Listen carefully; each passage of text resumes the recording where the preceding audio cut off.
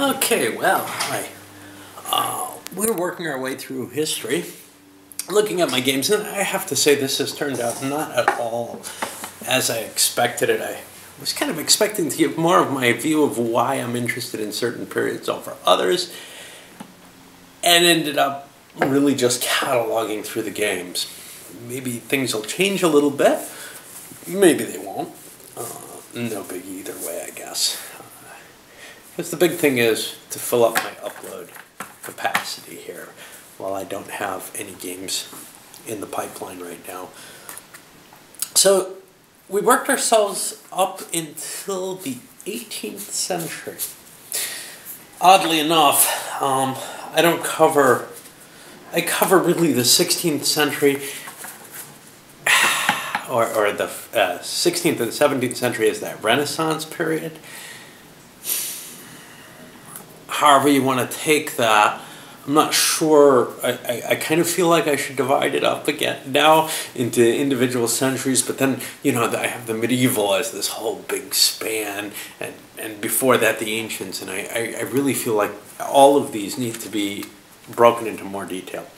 So, in the Renaissance period, we're really looking at the early modern era, where gunpowder is beginning to come into effect. Not that it wasn't there in the medieval period, but it didn't have that huge effect on the battlefield. Cannons, etc., were a fairly minor aspect before that period. Well, now gunpowder rules, basically. Here, once we get into the 18th century, and for whatever reason, I have Lille and Sevastopol on the Art of Siege card. The reason is they have the exact same system, but they're so... I've got it listed as 18th and 19th century. Lille is, of course, from the age of Marlborough, and Sevastopol is coming from the Crimean War. Both of them are using this sort of open map, no hexes, building the trench lines forward type of game system. It's a very innovative system. I've never seen anything else come after it that was like it, but I really, really enjoyed the feel of it. I gave these 8s. Nobody else gave them anything as high that I met. So I've got Blackbeard on here. This is a game that saddens me because I've had a good time with it, especially in multiplayer. It's got solitaire rules, but it doesn't really cover them very well. But it's not... I don't know. It just doesn't play as light and as loose as you'd hope it would with the theme that it has. I'm not saying, oh, geez, it should just be simple and everything. But it kind of feels a little too much, and I would say this is a criticism against the Republic of Rome as well, but too much of the same kind of flavor as that in terms of, not in terms of what the game is like, but in terms of the level of rules, the complexity to some extent, but also... frankly, kind of poorly written, which makes it too distant for most of the people who would be interested in the topic, sadly enough. And that's true with both of the games. The games themselves could have been probably much more accessible, if not for the rules that they were released with. I don't know if the newer version has better rules. Campaigns of Marlborough. I don't remember who put this out. This was a Wargamer magazine. This was a really interesting game, a little on the sparse and incomplete rules side, but you could pretty much figure out what they meant in them, and it played out, I think, in a very interesting way for kind of basically a strategic view of that French front of the Spanish Succession War. For some reason, I have Manifest Destiny in here. I've covered this. It was kind of disappointing compared especially to how much I was psyched for this game when I picked it up. I mean, I had to have this guy. I spent over $20 on it. Yeah, this and Wilderness War were the two that kind of drove me to do my eBay flourish for a while, which I'm still trying to recover from, not so much financially as shelving wise. I never got Wilderness War. This one, I don't know. it just was not the game that I had hoped that it would be. I'm not sure quite what I hoped it would be.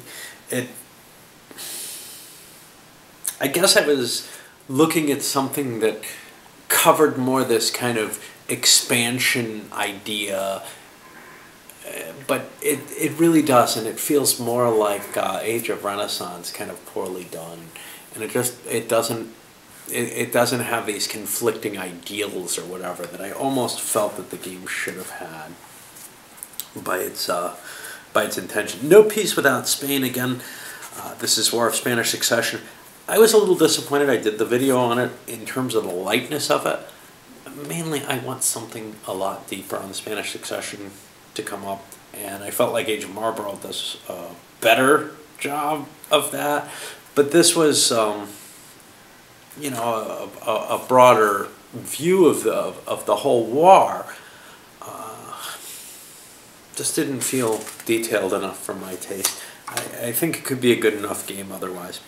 3W's Peter the Great. This is individual battle.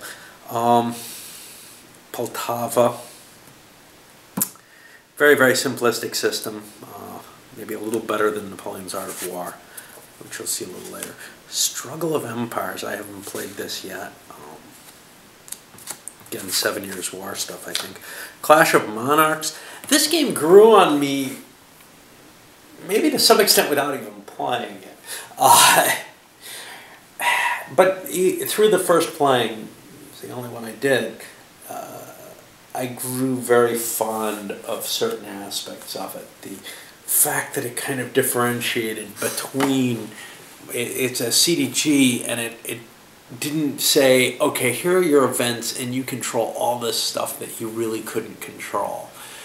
It tried to segment out some of the stuff into pure random events, and then maybe more of the things that a player in the position of, you know, I don't know, royal advisor or military commander or whatever, had some influence over. I don't know if it succeeded 100% on that, but it definitely struck me as a more interesting game. The rules were a little obtuse, like a lot of the GMT CDGs. The Old Frederick the Great. This is viewed as such a classic, and I've never been thrilled with it. This is the SPI, and then I have the Avalon Hill reprint of it. You know, maybe I'm just not looking at it from the right era, but by the time I got into gaming, a couple of years after this came out, there were a lot of other things, War and Peace, for example, that felt a lot more complete in the strategic picture than Frederick the Great did. Frederick the Great is essentially an operational game with campaign seasons and nothing to link them together. There may have been some optional rules that did so, I know, in a later Decision Games reprint of it, or maybe it's not a reprint because I looked and found something that looked like what I meant, and it's not a Decision Games reprint, but it had very much a lot of similarities to it. Then I've got the Battles of the Age of Reason, and I ran across Lobosits, but I've got a whole bunch of these. These were a real disappointment. I bought a bunch of them at once and found nothing terrible. The components are beautiful, but it's an incredibly mechanically taxing game. You're constantly rolling dice and flipping counters and everything. Much worse than Great Battles of History. Probably beyond my limit for what I really enjoy in terms of fiddliness. But at the edge of it, I wouldn't have minded so much, except that I sprung, you know, $40 a pop on them, or somewhere around there, I think. Yeah, I definitely overpaid for the pleasure that I'm going to get out of these over the lifetime of my gaming. To me, they're $10 games each. It doesn't matter how good the components are and how good the research is. I'm just not going to get that many playings out of something like this. All right, Prussia's Glory 2. Series of 7 Years' War battles on the other end of the spectrum. A little too light for my taste. Much, much worse than that, though, because I kind of enjoyed the system. The rules are an absolute mess, and the scenario books are an absolute mess. Soldier Kings by Avalanche Press, 7 Years War, handled at a way light level from my memory of it. I know I played it solitaire, I did the video, I kind of put it out of mind, lighter than No Peace Without Spain, I think. Interesting feel and flavor, though, to it. La Révolution Française, of course, a game that I love. But I can't, honestly recommend it to anyone else. Other people gave ratings. I've given it a 9 here. I think I boosted it to a 10 on the Geek, but I've got 1 8 on it, and then a lot of lower, a couple 8s, and a lot of lower ratings. It really needs somebody to interpret the rules because, as written, they don't quite work. Liberté, that was actually a bit of fun. I gave that an 8. Not really heavily tied to the historical period, but didn't clash with my historical understanding of the French Revolution. Monmouth, I have 3 copies of Monmouth, I think. I should. I should have 3 copies. I have, I have the Battles of the Age of Reason. I believe there's a Monmouth in Germantown or something like that. I have Monmouth here from the Battles of the American Revolution, this is a series that sells at fairly high prices on eBay, as does Precious Glory 1. At least for some of the games. I have, Savannah and Saratoga as well. But Savannah I haven't played yet, and that obviously went very cheaply. It's probably still for sale at GMT in their bargain bin. The unfortunate thing is these sell as individual games. I feel like they would do better packaged like Precious Glory does in a 4-game set, these kind of quadra-game type series. And then I have a final coverage of Monmouth, which is the old SPI one. I probably like that the best. The GMT series is very, very light and abstracted. I think it captures the flavor of the battles, in which case I had both Saratoga and Monmouth that I played. I think it does a good job of capturing the flavor. It's kind of at a nice light level, but I still prefer that individual firing in sort of the more, more like my Napoleonic games or my Civil War games, where I'm actually calculating out how much damage I'm doing to someone. It may actually be less realistic to do that, though. 1776, always viewed as something, nowadays it's viewed as something of a classic. I think it was actually looked at as kind of a dog in its day. I hear people praising this guy. I was never terribly fond of it. The rules were a little difficult to wade through, and then the graphics, even for its era, were unpleasing to me. I far prefer the SPI style graphics to the kind of garish colored map that 1776 provided. Oh, Skirmish. This is the old Milton Bradley Game Master, well, previous to Game Master, the American Heritage series of history games. I saw this sucker when I was in, had to be, let me think, I was 16, I'm trying to think when I was born and how long.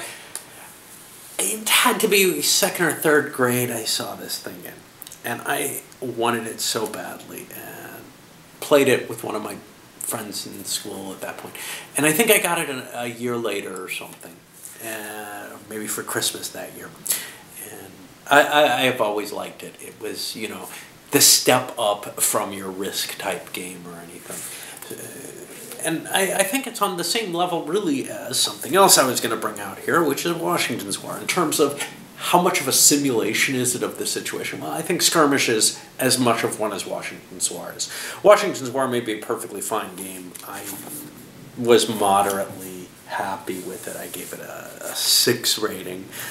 My wife gave it a 1. It's one of her least favorite games that she's experienced with me. We'll see how much she dislikes some other things afterwards. But I'm totally unimpressed with the kind of political go playing on the board in Washington's War. To me, that completely misses the flavor and the real spirit of what's going on there, and just makes it completely silly. And then there's the fact that there's this Lord North card, which, you know, players have control over when the government collapses, and why isn't Lord North's government collapsing ends the game? I mean, it's just this random game end solution. It's not really a, okay, well, look, the British won because Lord North's government collapsed early. What? That doesn't even make sense. Okay. Wooden Ships and Iron Men. I haven't gotten around to this yet. I don't know when and if I will. I picked it up used recently, and it's always been something I wanted, but I have... GMT's recent sailing one that I want to get to first. I don't remember which one. There's 2 of them, and I have one. I have the earlier one, I think, the more revolutionary one. Anyway, 13 Colonies in Revolt. There was kind of a hope this would be better than 1776. It's actually kind of flawed. I kind of like it. I think probably better than I liked 1776 with the action points, but it lacks the same political system. I didn't feel like it was as powerful. And then I've stuck brass in this section as the, economic. To me, this is when the Industrial Revolution starts, so I wanted to cover that there. Let me check the time, see if I have time to run through Nappy. I'll load this one up.